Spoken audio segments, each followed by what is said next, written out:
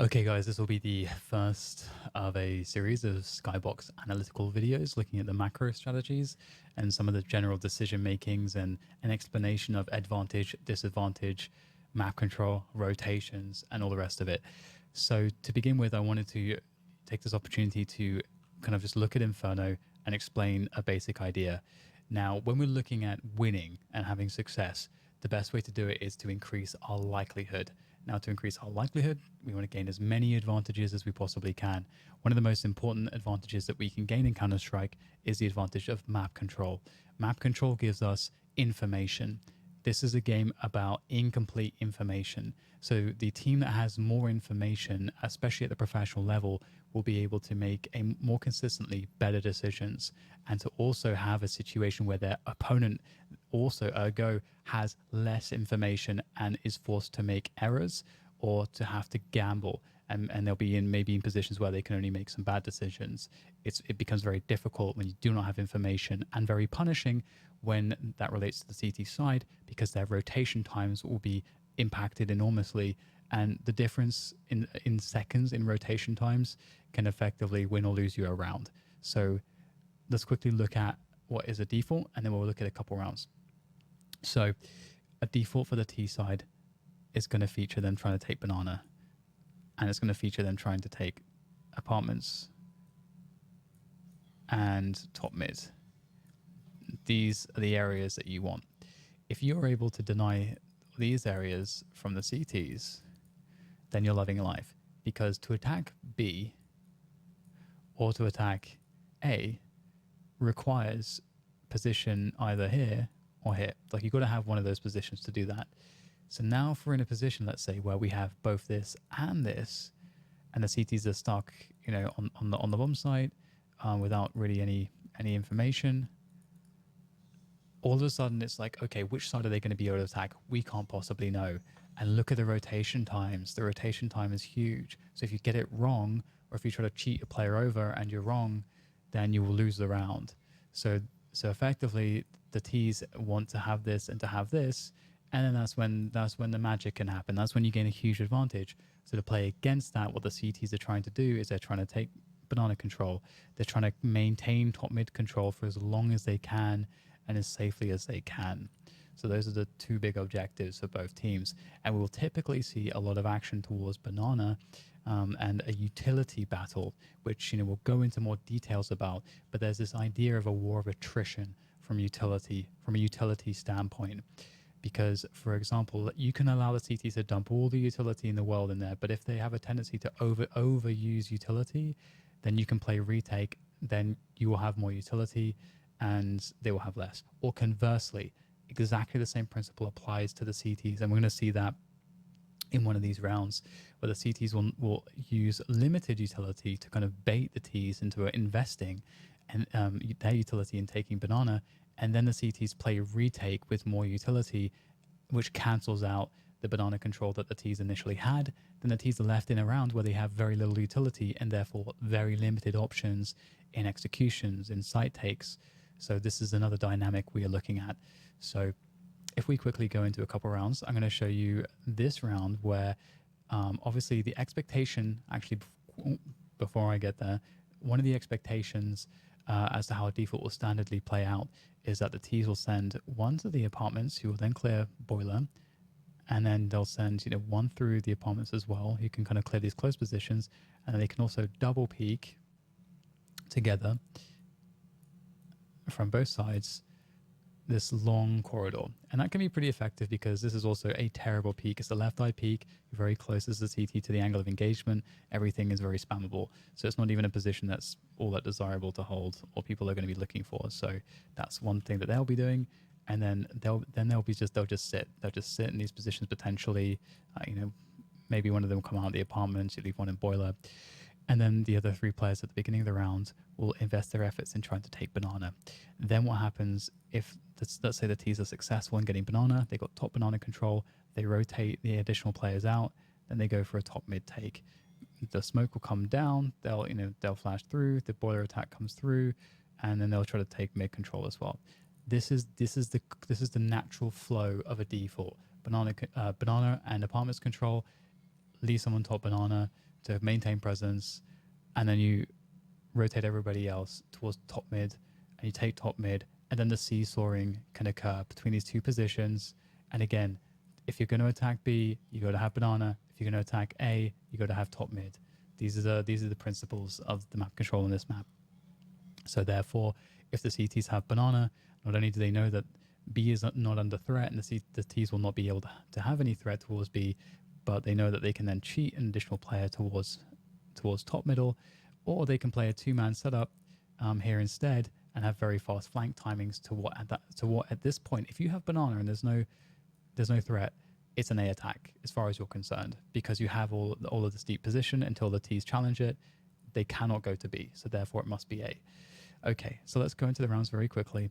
Now, as we will quickly see in this particular round, this is very interesting. And again, at the professional level, things can be against our expectation because they're studying each other. They know each other. That there's a specific meta to the matchup itself. So what we see is 4 players top mid here. Now, why would a CT team have 4 players top mid? Now, it's to punish exactly what I was talking about, because typically it's like, we'll take banana. Okay, maybe the CTs gave it to us. They're playing passively on the site. Cool. Okay, now we're going to go back and take top mid. Or maybe we think that this team likes to play 3 players banana. We're going to try to hit a timing attack. And we believe we have a timing window where we're going to be 5 versus 2 towards the A bomb site. So that's what we want to. So we're going to start the round towards top mid. So if you have 4 players up here, not only are you protected against a timing attack, you're also going to punish the default that comes in. So we're going to speed things up a little bit here and see how exactly this plays out between the 2 teams. So we get the banana take coming in here. It's actually a huge investment, not much going on towards the apartments for Team Liquid, and this is not working out. And we can quickly see exactly what the dynamic's going to be. So, okay, the timing is gone. So now they start to rotate players out. The B player needs assistance. And I just wanted to show you one of the options here. So we're going to go into the next round. Okay, so next round we're going to see what is more common here. You can have up to 3 players going for the B attack. Now, why would you have 3 players? There's many reasons to do this. We already explained sort of one of them. But another potential reason is because you want to kind of let the T's commit and then kind of have that extra player in the site when they think it's safe, and then that guy gets to kind of clean up. Or you have a situation where retakes are possible. You have a situation where additional nades provide a stronger response if necessary.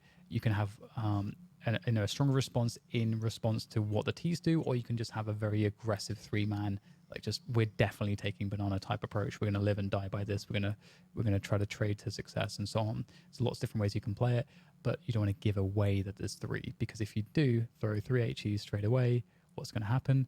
Well, the timing attack is open towards the A-bomb site, and you don't want that to happen. So you can't really afford to give away that there's 3 players there initially.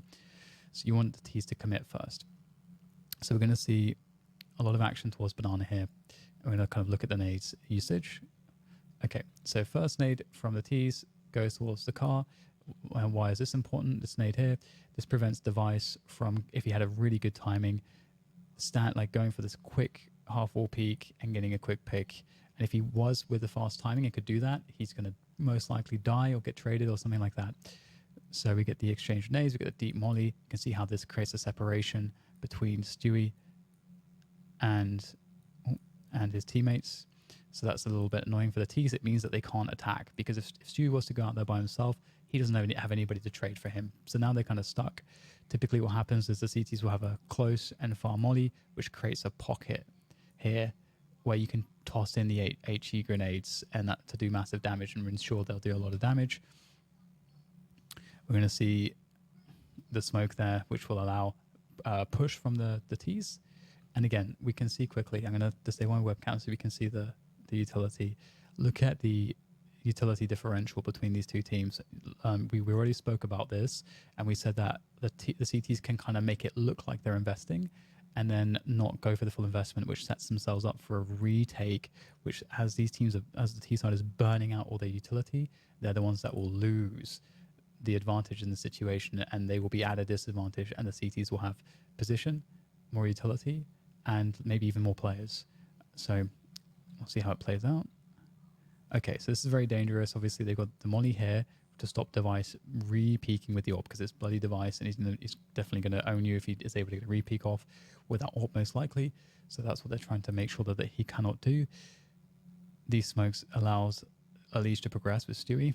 So now they can actually have, you know, some kind of a setup here. If we look at the utility left, there's a flash on Unleash. There is a flash on Nav. And that's it. There's there's a flash on Twist as well, but he's in the B apartments. So there's only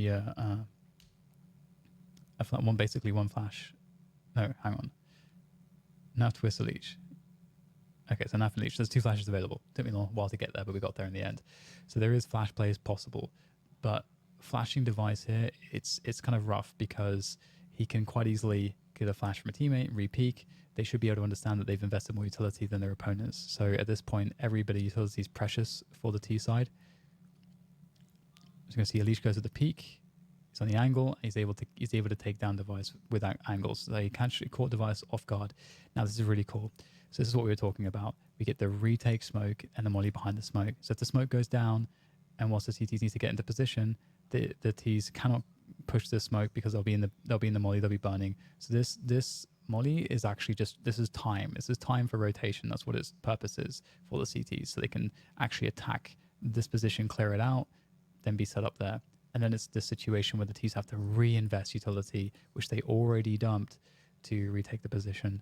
So what happens here is they realize they will try to challenge it. Unleash goes for it. It doesn't work, and it probably shouldn't work. This is very advantageous for the CTs. Astralis have done a really good job here.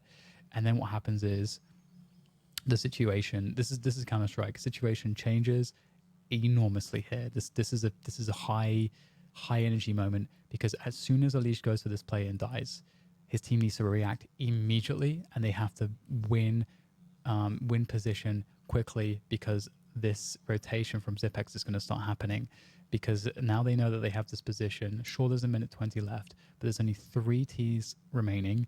They probably don't have too much utility. They actually have a decent amount, all things considered, and so they're in this situation that's very desperate. They need to get position. They have to capitalize upon the fact that there's only 2 players on either side of the map at the moment, and they can maybe get, you know, a 3v1 on the A bomb side if they're very lucky. So that's only possible if Liquid go really fast here. So we'll see if they can do that. So they'll be moving forwards, and you know, just again, like, firstly we're going to talk about advantages. Astralis have more information than the T's do. Astralis have, you know, an extra player as well, and they have still a great deal of utility remaining to slow down this attack. Liquid do not have top mid control, because everything basically died on Banana. They didn't get to have that second phase we talked about, where the T's get Banana and then they go back up, and then they get top mid, and then they have both, and then they can make a decision. No, they never got Banana. And because they never got Banana, they could never attack top mid, and that means that Astralis have more information and can have more forward positions. So Astralis have all the advantages. So there you go. It's a quick, somewhat quick video. My first little video with Skybox. Hope you liked it. Let me know what you think, and I will see you for the next Skybox video. Thanks. Special thanks to Anders to giving me access.